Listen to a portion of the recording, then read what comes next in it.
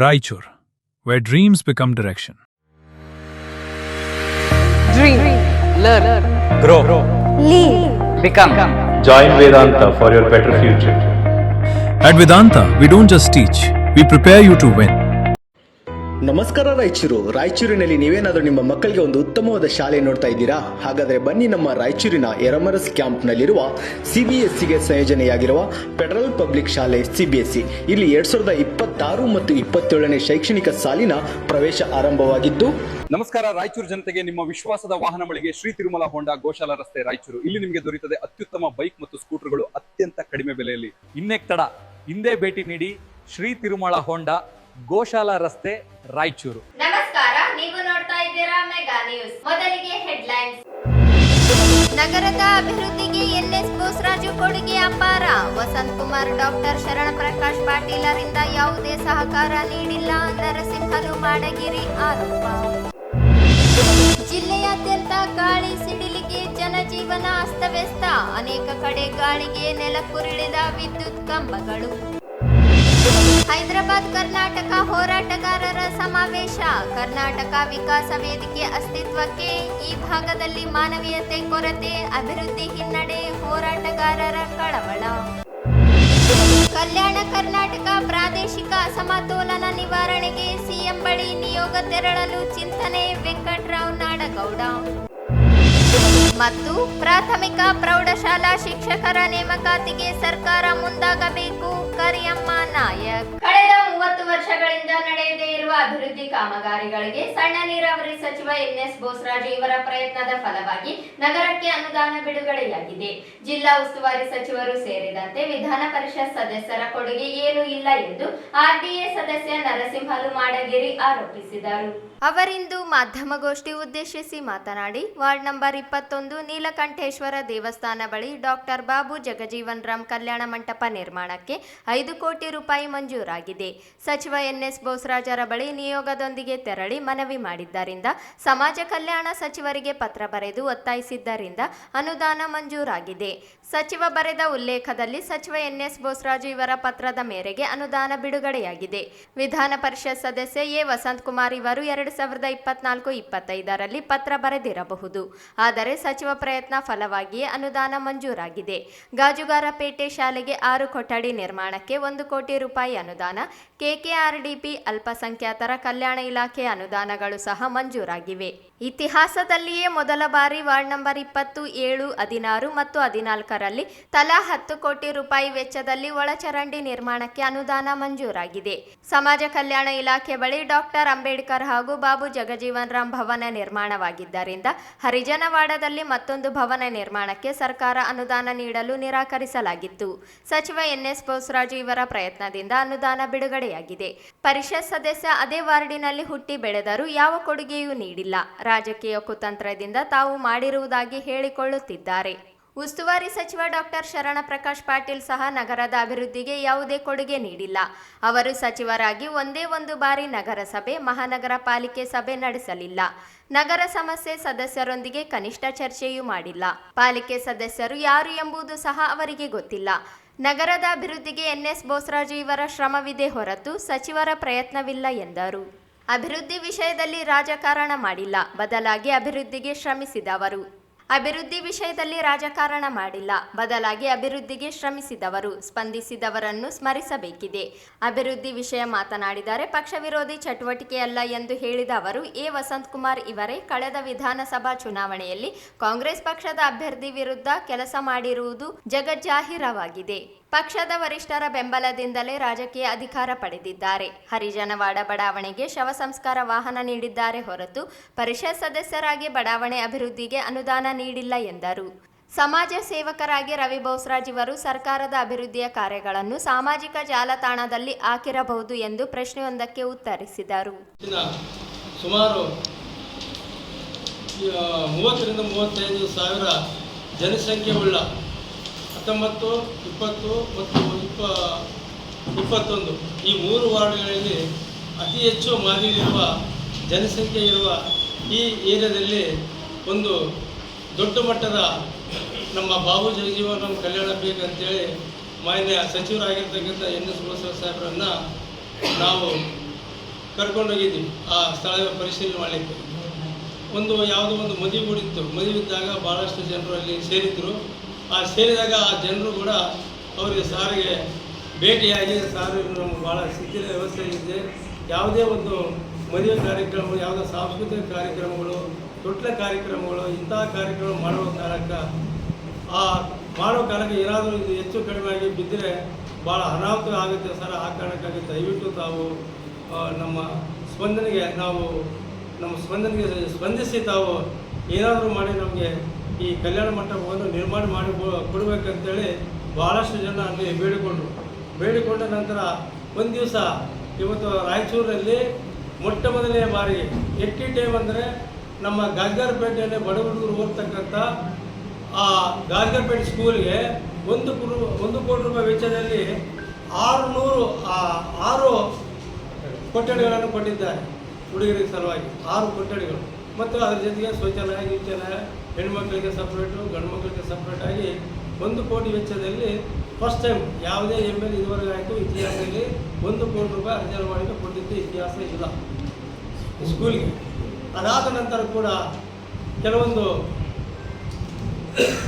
ನಮ್ಮ ಮೂಲಭೂತ ಸೌಕರ್ಯಗಳ ಸಲುವಾಗಿ KKRDBಯಲ್ಲಿ ಹಾಗೂ ಮೈನಾರಿಟಿ ಗ್ಯಾಂಟ್ನಲ್ಲಿ ಮತ್ತು ಅದಾದ ನಂತರ ಮೈನಾರಿಟಿ ಗ್ಯಾಂಟು KKRDB ಮತ್ತು ಇನ್ನಿತರ ಅನುದಾನಗಳಿದೆ. ಸುಮಾರು 19, 20, 21ರಲ್ಲಿ 8 ಕೋಟಿ ರೂಪಾಯಿ ಅನುದಾನವನ್ನು ನೀಡಿದ್ದಾರೆ. CC ರಸ್ತೆ, ಡ್ರೈನು ಹಾಗೂ UGD ಮತ್ತು ಕೆಲವು ಮೈನಾರಿಟಿ ಸ್ಕೂಲ್ಗಳಿಗೆ ಕೂಡ ಕೊಟ್ಟಿದ್ದಾರೆ. ಅದಾದ ನಂತರ ಕೂಡ ಇತಿಹಾಸದಲ್ಲಿ ಸುಮಾರು 30-40 ವರ್ಷಗಳಿಂದ ಯಾವುದೇ ರಾಜಕಾರಣಿಗಳು ಇಷ್ಟೆಲ್ಲ ಕೌನ್ಸಿಲರು, ಪ್ರೆಸಿಡೆಂಟು, ಅಧ್ಯಕ್ಷರು, ಉಪಾಧ್ಯಕ್ಷರು ಎಲ್ಲಾದರೂ ಅಂಗನವಾಡಿಯಲ್ಲಿ, ಆದರೆ ಯಾರೂ UGD ಮಾಡಿರಲಿಲ್ಲ. ಆದರೆ UGD ಸಲುವಾಗಿ ನಮ್ಮ ಸ್ಪೆಷಲಾಗಿ ಅಂಗನವಾಡಿಗೆ 10 ಕೋಟಿ ರೂಪಾಯಿ ಅನುದಾನವನ್ನು ತಂದಿದ್ದಾರೆ. ಈ ಸದ್ಯದಲ್ಲಿ ಒಂದು 3-4 ದಿನದಲ್ಲಿ ಪ್ರಾರಂಭವಾಗಲಿದೆ. ನಾವು 2 ಸಲ ಹೋಗಿ 3 ಸಲ ಹೋಗಿ ಸನ್ಮಾನ ಮಾಡಿ ಬಂದಿವಿ, ಎಲ್ಲ ಮಾಡಿ ಬಂದಿವಿ.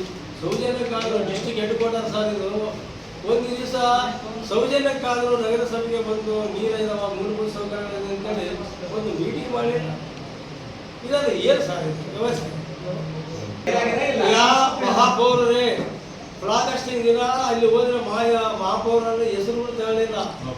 ಎಷ್ಟು ನಿಷ್ಕಾಳಜಿ, ಎಷ್ಟು ಅವ್ರದ್ದು ದುರಹಂಕಾರ. ಯಾರು ಬಂದ್ರೆ ರೈತರು ಕಾರ್ಯಕರ್ತರು ಮಾತಾಡ್ಸಂಗಿಲ್ಲ, ಕೌನ್ಸಿಲರ್ ಮಾತಾಡ್ಸಂಗಿಲ್ಲ.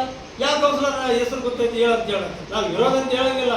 ಒಬ್ಬ ಉಸ್ತುವಾರಿ ಮಂತ್ರಿಗಳಾದಂಥವರು ಅವ್ರ ಜವಾಬ್ದಾರಿ ನಗರ ಸ್ಥಳೀಯ ಸಮಿತಿಗಳ ಯಾವುದೇ ನಗರ ಸಮಿತಿ ಕೌನ್ಸಿಲರ್, ಮಹಾನಗರ ಪಾಲಿಕೆ ಸದಸ್ಯರನ್ನ ಎಲ್ಲರೂ ಸೇರಿಸ್ಕೊಂಡು ಒಂದು ಸಭೆ ಮಾಡಿ ಮೂಲಭೂತ ಸೌಕರ್ಯ ಏನು ಬರ್ತೈತಪ್ಪ ಅಂತ ಯಾವತ್ತು ಹೇಳಿಲ್ಲ, ಯಾವತ್ತು ಮಾಡಲಿಲ್ಲ. ಮಾಡಿದ್ರೆ ಸರ್ ಹೇಳ್ರಿ, ಅಮಾನತು ಮಾಡಿ ನಾನು ಡಾಕ್ಯುಮೆಂಟ್ ಸಮೇತ ನಾವು ಸಾಬೀತು ಮಾಡಿ ಏನು ಮಾಡಲಿ. ನನ್ನಲ್ಲಿ ಏನೇನಾವ ಏನೇನಾದ್ರು ಮಾಡ್ತೀನಿ. ಇತಿಹಾಸಗಳು ಇವತ್ತು ಹೇಳ್ತೀನಿ ಕಾಂಗ್ರೆಸ್ಗೆ ಯಾವತ್ತೂ ಮಾಡಿಲ್ಲ ಅಂತ ಅದನ್ನು ಹೇಳ್ತೀನಿ. ವಸಂತ ಕುಮಾರ್ ಅವರು ಈಗ ವಸಂತ ಕುಮಾರ್ ಅವರು ಅದು ಲಾಸ್ಟ್ ಏನು ಕೊಟ್ಟಾರಂದ್ರೆ ಶವಯಾತ್ರೆ ಅಧ್ಯಯನ ಮಾಡಿಕೊಟ್ಟಾರೆ ಸರ್. ಒಳ್ಳೆ ಸರ್, ಒಂದು ಜನ್ಮ ನೀಡಿದಂಥ ಒಂದು ಏರಿಯಾದಲ್ಲಿ ಶವಪೇಟೆ ಕೊಡ್ತೀರಂದರೆ ಅದು ಕೂಡ ಅದು ವೈಕುಂಠ ಒಳ್ಳೆ ಅಂತಿಮ ಸಂಸ್ಕಾರ ನಾನು ಒಪ್ತೀನಿ. ಬಟ್ ಆದರೆ ಗೌಡಪೇಟೆ ಕೆಲಸದ ಒಂದು 10 ಲಕ್ಷ, 20 ಲಕ್ಷ, 30 ಲಕ್ಷ ಕೊಡಬೇಕಾಗಿತ್ತು. ಏನು ಕೇಳ್ತೀವಿ ಸರ್? ಪಂಡಿತರು, ಗುರುಗಳು, ಶಾಟ್ರು, MLC ಹಾಕಿವಿ,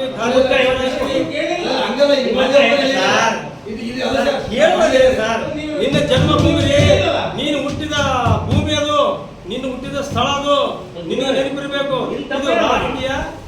ರಾಜಕೀಯ ಕುತಂತ್ರದ ಇದಕ್ಕೆ ಎಲ್ಲ ಹೋದೆ ಅಲ್ಲಿ ಸಮಾಜಿಕ ನಮ್ಮ ಅಣ್ಣವ್ರು ಬರ್ತಿದ್ರು, ಯಾರೋ ಸತ್ಯನಾರಾಯಣ 1.5 ಕೋಟಿಗೆ ಅಲ್ಲಿ ಕುರುಬ ಸಮಾಜಕ್ಕೆ ಕೊಟ್ಟಾರ, ಮತ್ತೆ ಯಾದವ್ ಸಮಾಜಕ್ಕೆ 80 ಲಕ್ಷ ಕೊಟ್ಟಾರ. ಎಲ್ಲ ಒಳ್ಳೇದು, ಸಂತೋಷ, ಸಂತೋಷ, ಅಭಿನಂದನೆ ಸಲ್ಲಿಸ್ತೀವಿ. ನಿಮ್ಮ ಸಾಮಾಜಿಕ ಎಲ್ಲ ಸಾಮಾಜಿಕ ಎಲ್ಲ ಜನಾಂಗ ಸಂತೋಷ ಮಾಡ್ತೇವೆ. ಅಲ್ಲ ತನ್ನ ಹುಟ್ಟಿದಂತ ಒಂದು ಜನ್ಮಸ್ಥಳದಲ್ಲಿ ಏನಾದ್ರೂ ಕೊಡಬೇಕಾದ್ರೆ ನನ್ನ ಅಭಿಪ್ರಾಯ. ತಪ್ಪಿದ್ರೆ ತಪ್ಪನ್ರಿ, ಸಂತೋಷ. ಬಟ್ ಆದ್ರೆ ಜನ್ಮಭೂಮಿ ಯಾರು ಪ್ರೂಫ್ ನಾವು ಹೇಳ್ಬಾರ್ದು ಸರ್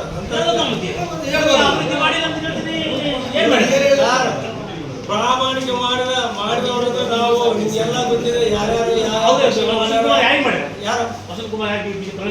ನಿಮ್ಗೆಲ್ಲ ಗೊತ್ತಿದೆ.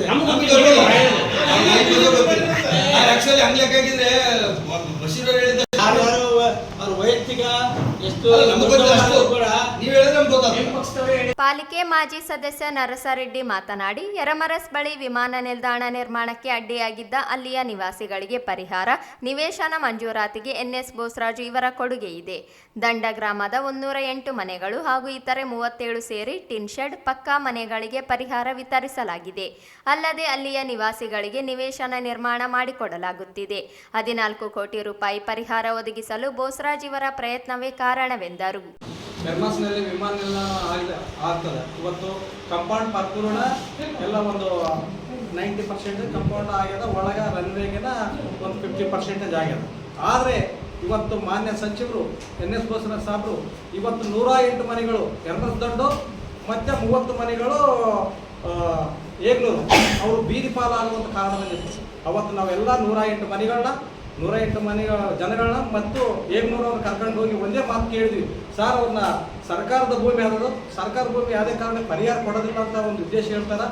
ಡಿ ಸಿ ಅವರು ಹೇಳ್ಯಾರ ಇವೆಲ್ಲ ಡಿಸ್ಮೆಂಟಲ್ ಮಾಡಬೇಕಂತ ನಮ್ಮ ನಗರಸಭೆ ಮಹಾನಗರ ಪಾಲಿಕೆಯಿಂದ ನೋಟಿಸ್ ಬಂದಂತ ನಾವು ಹೇಳಿದ್ವಿ. ಕೂಡಲೇ ಅವರು 108 ಮನೆ ಒಂದು 37 ಮನೆಗಳಿಗೆ ಅವರೆಲ್ಲರೂ ಒಂದು ಮೀಟಿಂಗ್ ತೆಗೆದುಕೊಂಡು ಅವತ್ತಿನ ದಿವಸ ಬಡವರಿಗೆ ಅಲ್ಲಿ ಕಟ್ಟಿರುವಂಥ ಕಟ್ಟಡಕ್ಕೆ ಸ್ಕ್ವೇರ್ ಫೀಟ್ ಮಾಡಿ ಟೀನ್ ಶೆಡ್ಡಿಗೆ 1750 ರೂಪಾಯಿ, ಅದರಂತೆ RCCಗೆ 2750 ರೂಪಾಯಿ ಮಾಡಿ ಇವತ್ತು 108 ಮನೆಗಳಿಗೆ ಪರಿಹಾರ ಕೊಡಿಸ್ಯಾರೆ. ಅದಲ್ಲದೆ 108 ಮತ್ತು 30 ಅದಲ್ಲದೆ 12ರಿಂದ 14 ಕೋಟಿ ರೂಪಾಯಿ ಪರಿಹಾರ ಇವತ್ತು ಕೊಡಿಸ್ಯಾರ.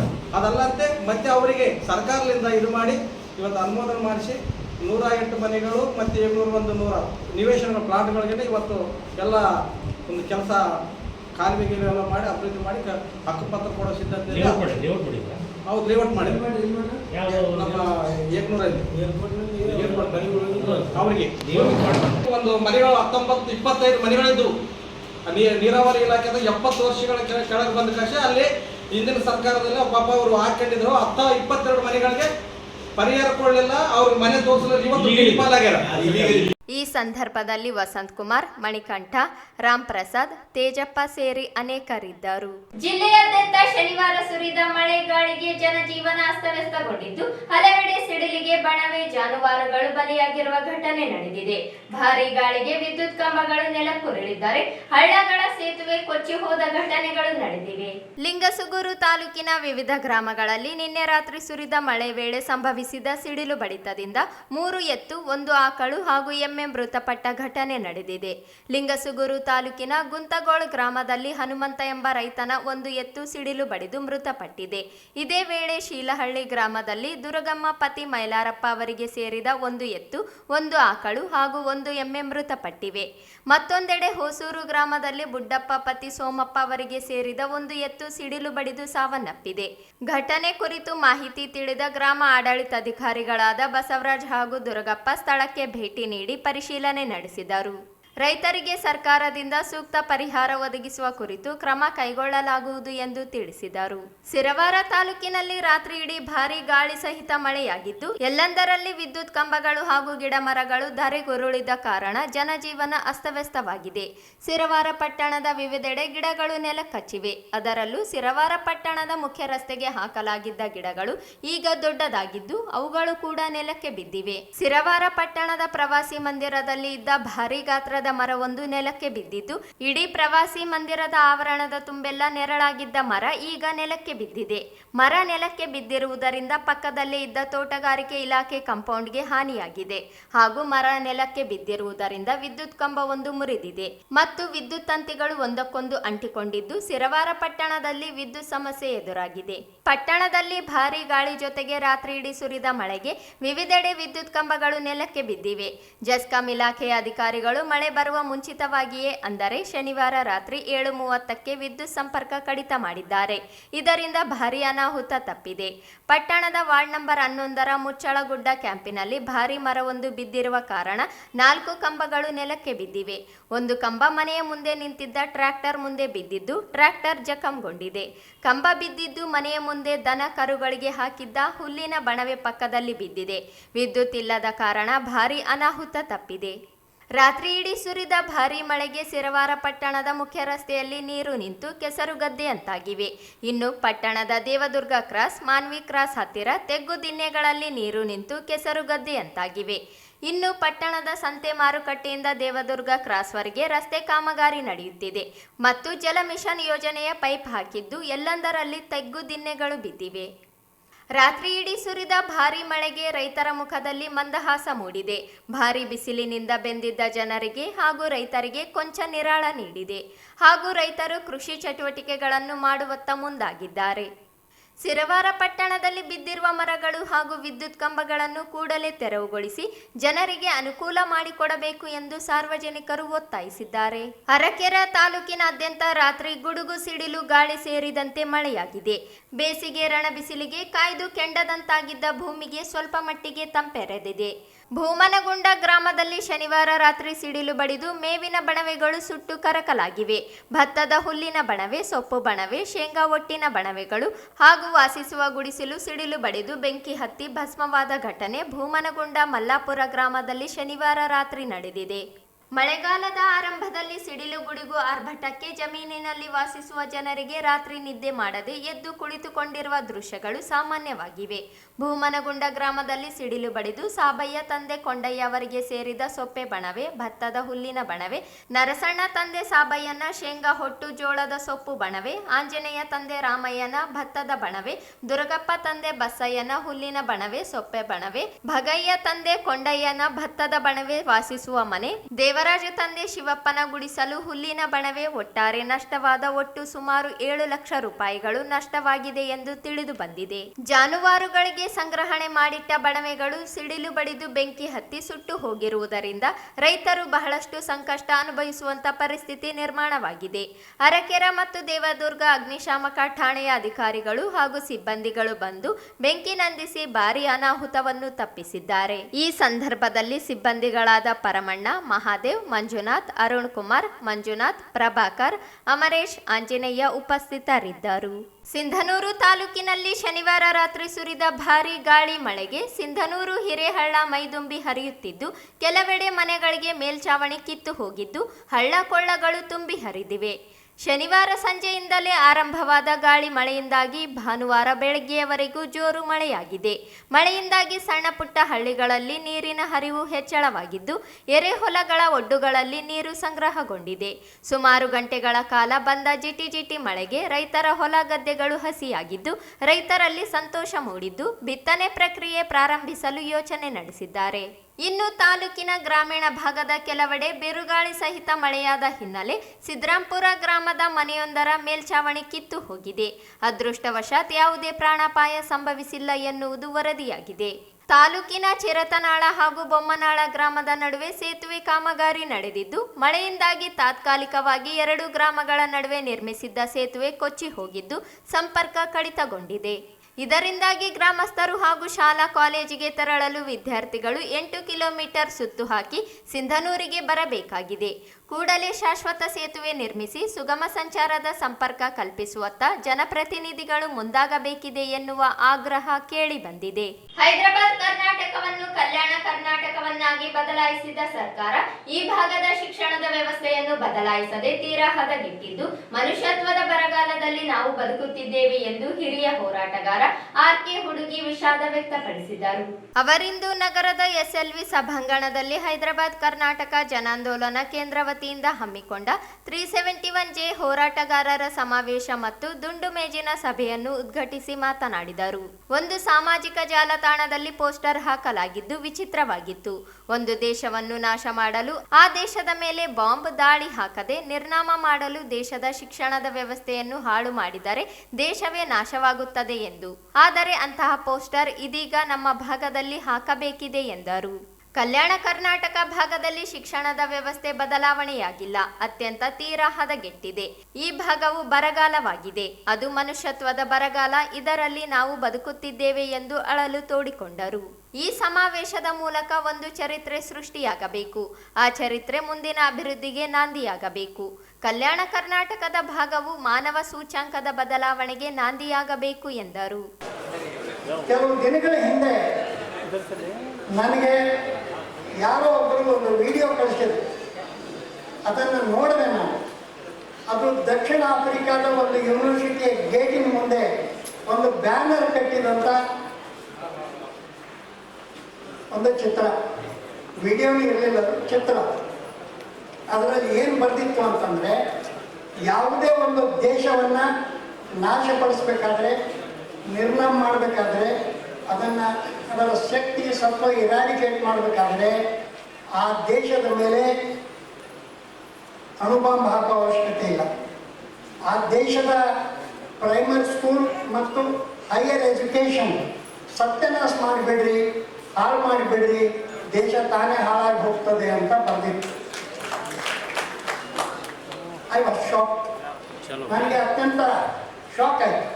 ಯಾಕೆ ಅಂತಂದರೆ, ಕಳೆದ ಕೆಲವು ವರ್ಷಗಳಿಂದ ಕಣ್ಣಲ್ಲಿ ಕಣ್ಣಿಟ್ಟು ನೋಡ್ತಾ ಇದ್ದೀವಿ. ಹೈದರಾಬಾದ್ ಕರ್ನಾಟಕ ಅಂತ ಕರೀತಾ ಇದ್ದೀವಿ ಹಿಂದೆ, ಈಗ ಕಲ್ಯಾಣ ಕರ್ನಾಟಕ ಅಂತ ಕರೀತಾ ಇದ್ದೀವಿ.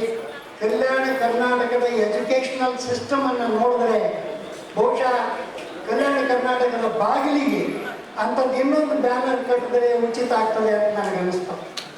ಬಂಧುಗಳೇ, ನಾವೆಲ್ಲರೂ ಬಹಳ ದುಃಖದಿಂದ ಹೇಳ್ತಾ ಇದ್ದೀನಿ, ಮನುಷ್ಯತ್ವದ ಬರಗಾಲದಲ್ಲಿ ಬದುಕ್ತಾ ಇದ್ದೀವಿ. ಮನುಷ್ಯತ್ವದ ಬರಗಾಲ, ನೀರಿನ ಬರ, ಮೇವಿನ ಬರ, ಅನ್ನದ ಬರ ಬಂದರೆ ಎಲ್ಲಿಂದಾದರೂ ತರಬಹುದಾಗಿತ್ತು. ಯಾವಾಗ living in the family of humanism, ಎಲ್ಲಿ ಹುಡುಕೋದು ಮನುಷ್ಯತ್ವ? ಆ ಮನುಷ್ಯತ್ವವನ್ನು ಪುನರ್ ಸೃಷ್ಟಿ ಮಾಡಲಿಕ್ಕೆ ಸಣ್ಣ ಸಣ್ಣದ ಸಸಿಗಳನ್ನು, ಬೀಜದ ಗಂಟುಗಳನ್ನು ಕಟ್ಕೊಂಡು ಬಂದಿರತಕ್ಕಂಥ ನಿಮ್ಮೆಲ್ಲರಿಗೂ ನಾನು ಇಡೀ ಹೈದರಾಬಾದ್ ಕರ್ನಾಟಕ ಅಥವಾ ಕಲ್ಯಾಣ ಕರ್ನಾಟಕದ ಸಮಸ್ತ ನೊಂದ ಬೆಂದ ಜನತೆಯ ಪರವಾಗಿ ಧನ್ಯವಾದಗಳನ್ನು ಹೇಳ್ತಾ ಇದ್ದೀನಿ. ಬಂಧುಗಳೇ, ಹೈದರಾಬಾದ್ ಕರ್ನಾಟಕ ಜನಾಂದೋಲನ ಕೇಂದ್ರ, ದುಂಡು ಮೇಜಿನ ಸಭೆ ಮತ್ತು 371J ಹೋರಾಟಗಾರರ ಸಮಾವೇಶ ಹಾಗೂ ಕಲ್ಯಾಣ ಕರ್ನಾಟಕ ವಿಕಾಸ ವೇದಿಕೆ ಸ್ಥಾಪನಾ ಸಮಾರಂಭದ ಈ ಕಾರ್ಯಕ್ರಮ ನನ್ನ ದೃಷ್ಟಿಯಲ್ಲಿ, ಮತ್ತೆ ನನ್ನ ಮಾತನ್ನು ಒಪ್ಪೋದಾದರೆ ನಿಮ್ಮ ದೃಷ್ಟಿಯಲ್ಲಿ ಈ ಭಾಗದ ಬಗ್ಗೆ ಕಳಕಳಿ ಕನ್ಸರ್ನ್ ಇದ್ದರೆ ಎಲ್ಲರ ದೃಷ್ಟಿಯಲ್ಲಿ ಇದೊಂದು ಕೇವಲ ಹಿಸ್ಟಾರಿಕಲ್ ಆದಂಥ ಒಂದು ಸಮಾವೇಶ ಅಲ್ಲ. ನನಗೆ ಕೇಳಿದ್ರೆ ಇದು ಹಿಸ್ಟಾರಿಕ್ ಸಮಾವೇಶ. ಕೇವಲ ಚರಿತ್ರಾತ್ಮಕವಾದಂಥಲ್ಲ, ಚಾರಿತ್ರಿಕವಾದದ್ದಲ್ಲ, ಚರಿತ್ರವಾದಂಥ to be written in golden letters ಅನ್ಬೋದಾದಂಥ ಒಂದು ಚರಿತ್ರೆ, ಹೊಸ ಚರಿತ್ರೆ ನಿರ್ಮಾಣ ಮಾಡೋ ದಾರಿಯಲ್ಲಿ ಒಂದು ಮಹತ್ತರವಾದಂಥ ಹೆಜ್ಜೆ ಇರುವ. ಪ್ರಾಸ್ತಾವಿಕವಾಗಿ ಹೈದರಾಬಾದ್ ಕರ್ನಾಟಕ ಜನಾಂದೋಲನ ಕೇಂದ್ರದ ಸಂಸ್ಥಾಪಕ ಅಧ್ಯಕ್ಷ ರಾಘವೇಂದ್ರ ಕುಷ್ಟಗಿ ಮಾತನಾಡಿ, ಕಲ್ಯಾಣ ಕರ್ನಾಟಕ ಭಾಗಕ್ಕೆ 371J ಅನುಷ್ಠಾನಗೊಂಡು 12 ವರ್ಷಗಳ ಬಳಿಕ ಅಭಿವೃದ್ಧಿ ಎಷ್ಟಾಗಿದೆ ಎಂದು ಹಿಂದೆ ನೋಡಿದಾಗ ಆಘಾತಕಾರಿಯಾಗಿದೆ. ನಂಜುಂಡಪ್ಪ ವರದಿಯಲ್ಲಿನ ಅಂಶಗಳು ಹೋಲಿಸಿದರೆ ಅದಕ್ಕೂ ಮಿಗಿಲಾಗಿ ತೀರಾ ಪಾತಾಳಕ್ಕೆ ಕುಸಿದಿರುವುದು ಆತಂಕಕಾರಿಯಾಗಿದೆ ಎಂದರು. ಗೋವಿಂದರಾಜ್ ವರದಿಯು ಕಲ್ಯಾಣ ಕರ್ನಾಟಕದಲ್ಲಿ ಮೂಲಭೂತ ಸೌಕರ್ಯಗಳ ಅಭಿವೃದ್ಧಿಯು ತೀರಾ ಕಡಿಮೆಯಾಗಿದೆ. ಈ ಭಾಗದಲ್ಲಿ 30,000 ಶಿಕ್ಷಕರ ಹುದ್ದೆಗಳು ಖಾಲಿ ಇವೆ. 10,000ಕ್ಕೂ ಅಧಿಕ ಇಂಗ್ಲಿಷ್ ಮತ್ತು ಗಣಿತ ವಿಷಯಗಳ ಶಿಕ್ಷಕರೇ ನೇಮಕವಾಗಿಲ್ಲ ಎಂದರು. ಸರ್ಕಾರವೇ ಮಕ್ಕಳಿಗೆ ಪಾಸ್ ಮಾಡುತ್ತಿವೆ. ಪಾಸಾದ ಮಕ್ಕಳು PUC ಶಿಕ್ಷಣ ಪಡೆಯುತ್ತಿದ್ದು ಅವರಿಗೆ 2ನೇ ತರಗತಿ ಪಾಠ ಓದಲು ಬರೆಯಲು ಬರುತ್ತಿಲ್ಲ. ಈ ಭಾಗದ ಮಾನವ ಅಭಿವೃದ್ಧಿ ಸೂಚ್ಯಂಕ ಹಿನ್ನಡೆಯಾಗಿದೆ ಎಂದರು. 371J ಅನುಷ್ಠಾನಗೊಂಡು 12 ವರ್ಷಗಳಾಗಿದ್ದರೂ ನಮ್ಮ ಭಾಗದ ಜನಪ್ರತಿನಿಧಿಗಳಿಗೆ 371J ಬಗ್ಗೆ ಸರಿಯಾಗಿ ಮಾಹಿತಿಯೇ ಗೊತ್ತಿಲ್ಲ. ಪ್ರತಿ ವರ್ಷ ಭಾಗದ ಅಭಿವೃದ್ಧಿಗೆ 5,000 ಕೋಟಿ ಅನುದಾನ ನೀಡುತ್ತಿದ್ದು ಕೇವಲ 800 ಕೋಟಿಯಷ್ಟು ಕ್ರಿಯಾ ಯೋಜನೆ ಸಲ್ಲಿಸಲು ಹಿನ್ನಡೆಯಾಗಿದೆ.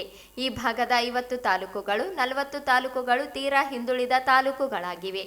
2022-23ನೇ ಸಾಲಿನಲ್ಲಿ CIG ವರದಿ ನೀಡಿದ್ದು ಕಲ್ಯಾಣ ಕರ್ನಾಟಕ ಅಭಿವೃದ್ಧಿ ಮಂಡಳಿ ವಿಫಲವಾಗಿದೆ. 7,000 ಕೋಟಿ ಅನುದಾನ ಬಳಕೆಯಲ್ಲಿ ಭ್ರಷ್ಟಾಚಾರ, ದುರ್ಬಳಕೆ, ಅವ್ಯವಹಾರವಾಗಿದೆ ಎಂದು ವರದಿಯಲ್ಲಿ ಹೇಳಿದೆ ಎಂದು ತಿಳಿಸಿದರು.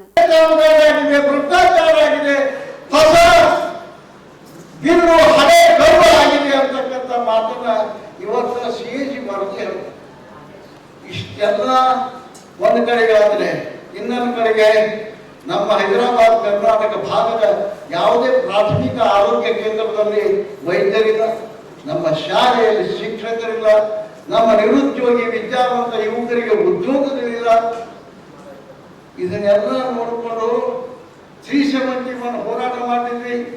ಸನ್ಮಾನ್ಯ ವೈಶ್ವನಾಥ್ ಪಾಟೀಲ್ ಅವರ ನೇತೃತ್ವದಲ್ಲಿ ಅವರೇ ಕೊಟ್ಟ ಮಂತ್ರ ಅದು.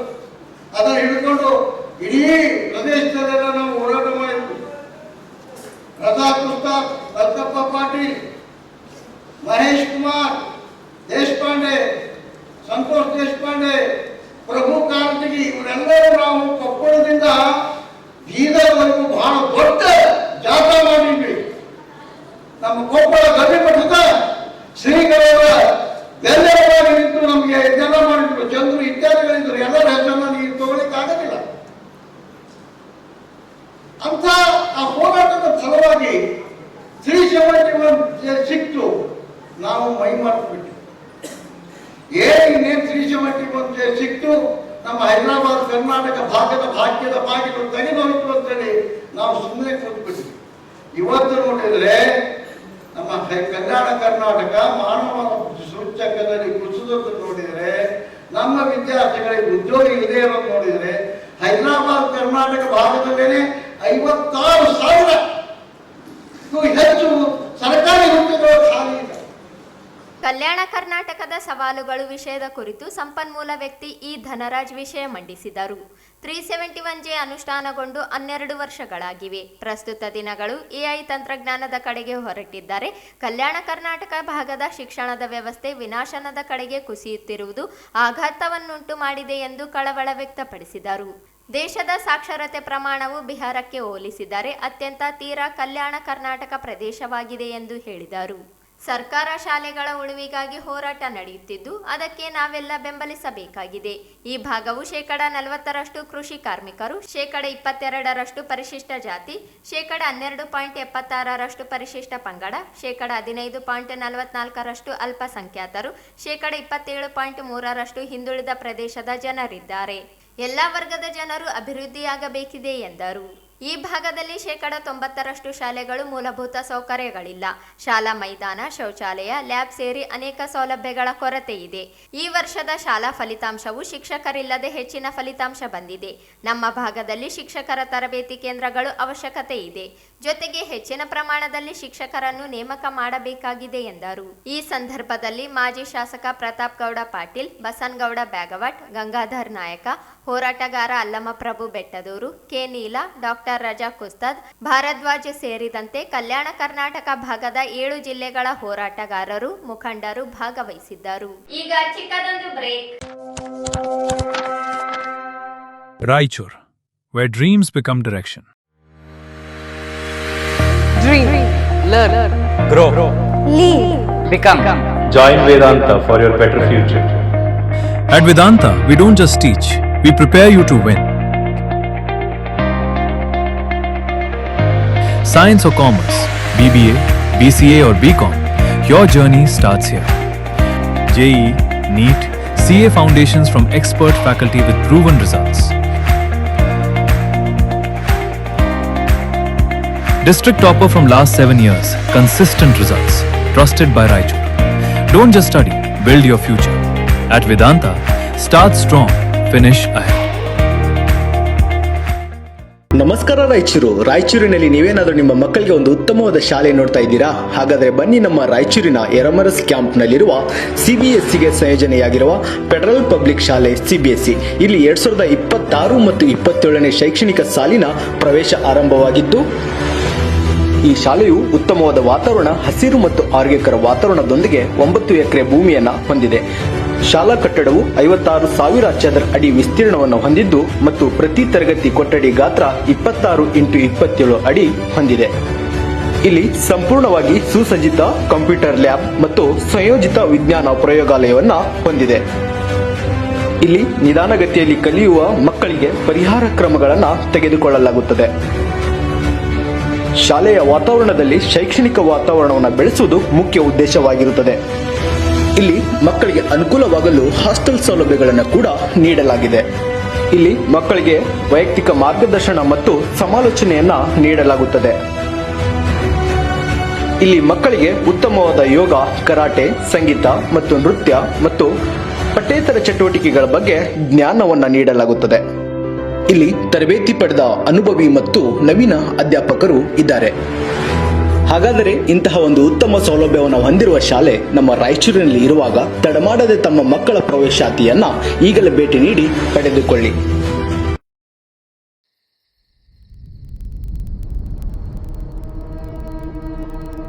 ನಮಸ್ಕಾರ ರಾಯಚೂರು ಜನತೆಗೆ ನಿಮ್ಮ ವಿಶ್ವಾಸದ ವಾಹನ ಮಳಿಗೆ ಶ್ರೀ ತಿರುಮಲ ಹೋಂಡಾ ಗೋಶಾಲ ರಸ್ತೆ ರಾಯಚೂರು. ಇಲ್ಲಿ ನಿಮಗೆ ದೊರೆಯುತ್ತದೆ ಅತ್ಯುತ್ತಮ ಬೈಕ್ ಮತ್ತು ಸ್ಕೂಟರ್ಗಳು ಅತ್ಯಂತ ಕಡಿಮೆ ಬೆಲೆಯಲ್ಲಿ. ನಮ್ಮ ಶೋರೂಮ್ ನಲ್ಲಿ ಹೋಂಡಾ ಶೈನ್, ಹೋಂಡಾ ಯೂನಿಕಾರ್ನ್, SP 125, ಶೈನ್ 100, ಹೋಂಡಾ ಹಾರ್ನೆಟ್, ಲಿವೋ 110 ಬೈಕ್ಗಳು ಮತ್ತು ಡಿಯೋ ಸ್ಕೂಟಿ, ಆಕ್ಟಿವಾ ಸ್ಕೂಟಿ, ಹೋಂಡಾದ ಅತ್ಯುತ್ತಮ ಬೈಕ್ಗಳು ಮತ್ತು ಸ್ಕೂಟರ್ ಮಾದರಿಗಳು ಇವೆಲ್ಲವೂ ಒಂದೇ ಶೋರೂಮ್ ನಲ್ಲಿ ಅತ್ಯುತ್ತಮ ಆಫರ್ಗಳೊಂದಿಗೆ. ಇದು ಹೋಂಡಾ ಶೈನ್ 100 2B, ರೈತರು, ಕೂಲಿ ಕಾರ್ಮಿಕರು ಮತ್ತು ಉದ್ಯೋಗಿಗಳೇ ನಂಬಿಕೆಯ ಸಂಗಾತಿ. ಇದರ ಎಕ್ಸ್-ಶೋರೂಮ್ ಬೆಲೆ 66,799 ರೂಪಾಯಿಗಳು ಮಾತ್ರ. ಇದು ನೋಡಿ ಹೋಂಡಾ ಶೈನ್ 100 DX, ಹೆಚ್ಚು ಮೈಲೇಜ್, ಕಡಿಮೆ ಖರ್ಚು. ಇದರ ಎಕ್ಸ್-ಶೋರೂಮ್ ಬೆಲೆ 71,743 ರೂಪಾಯಿ ಮಾತ್ರ. ಶೈನ್ 100 2B ಮೇಲೆ 8,100 ರೂಪಾಯಿವರೆಗೆ ಮತ್ತು ಶೈನ್ 100 DX ಮೇಲೆ 2,500 ರೂಪಾಯಿವರೆಗೆ ಡಿಸ್ಕೌಂಟ್.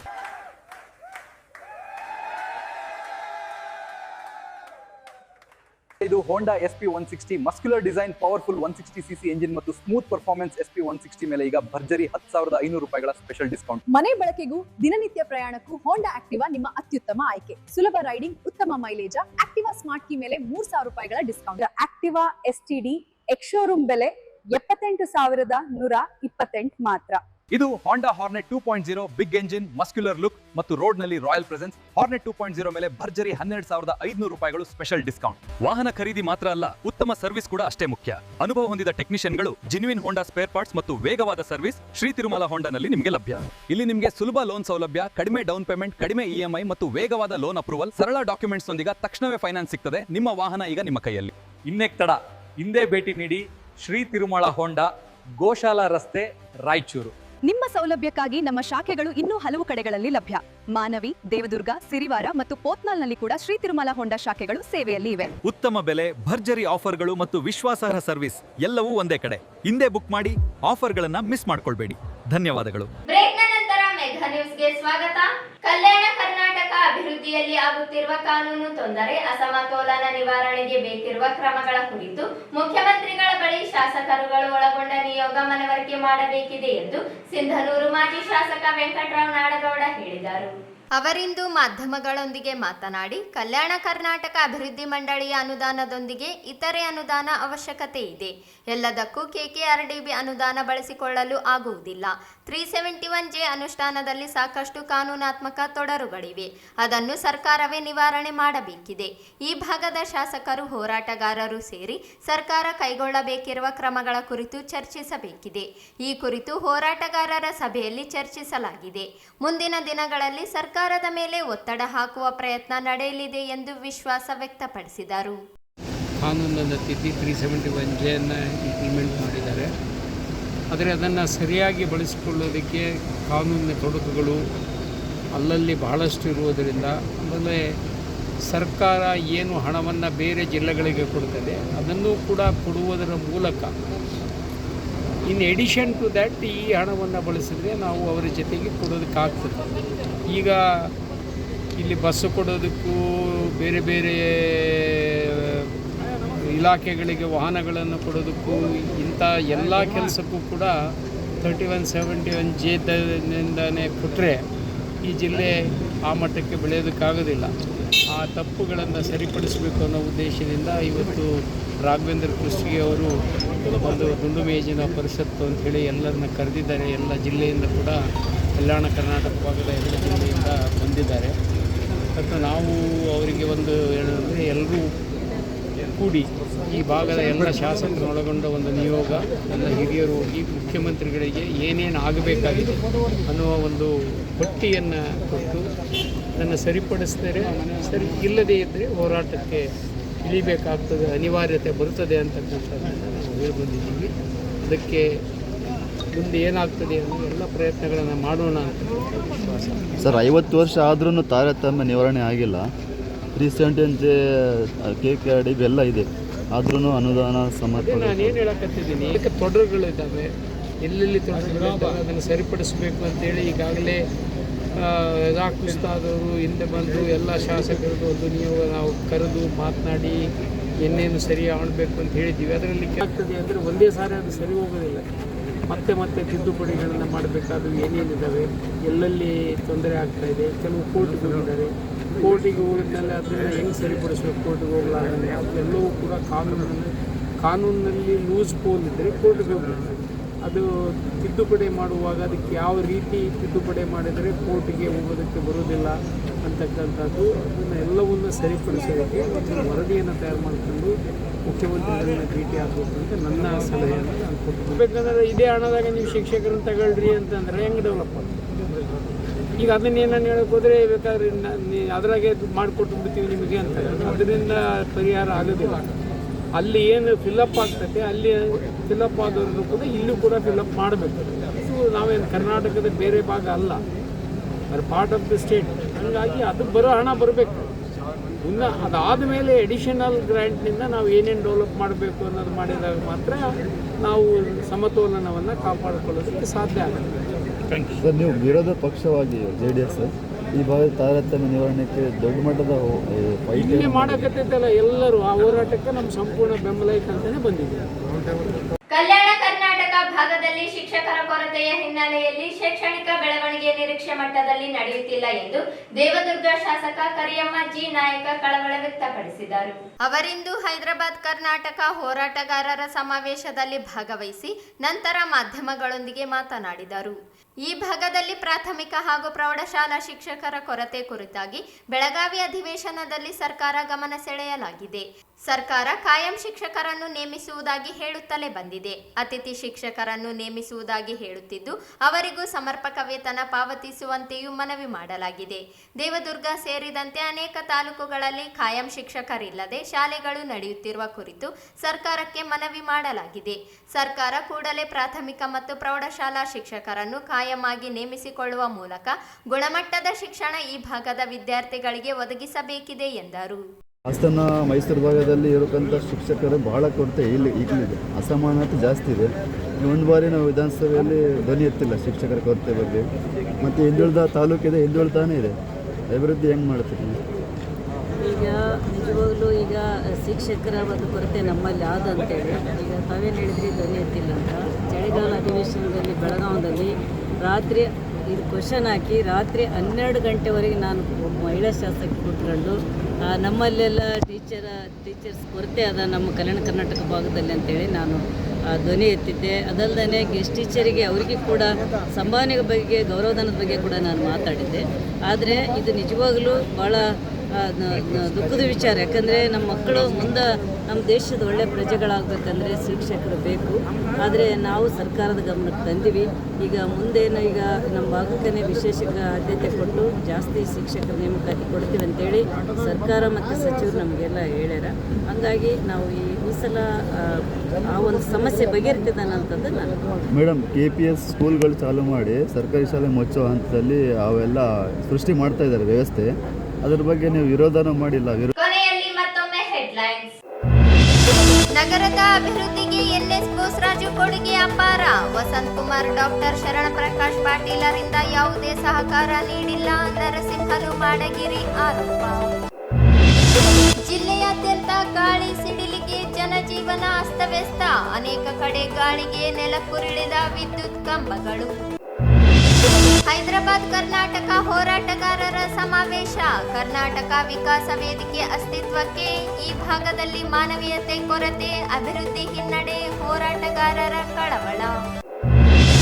ಕಲ್ಯಾಣ ಕರ್ನಾಟಕ ಪ್ರಾದೇಶಿಕ ಅಸಮತೋಲನ ನಿವಾರಣೆಗೆ ಸಿಎಂ ಬಳಿ ನಿಯೋಗ ತೆರಳಲು ಚಿಂತನೆ. ವೆಂಕಟರಾವ್ ನಾಡಗೌಡ. ಮತ್ತು ಪ್ರಾಥಮಿಕ ಪ್ರೌಢಶಾಲಾ ಶಿಕ್ಷಕರ ನೇಮಕಾತಿಗೆ ಸರ್ಕಾರ ಮುಂದಾಗಬೇಕು. ಕರಿಯಮ್ಮ ನಾಯಕ್. ಇದಿಷ್ಟು ಇವತ್ತಿನ ಸುದ್ದಿಗಳು. ಪ್ರಮುಖ ಸುದ್ದಿಗಳಿಗಾಗಿ ನೋಡ್ತಾ ಇರಿ ಮೆಗಾ ನ್ಯೂಸ್.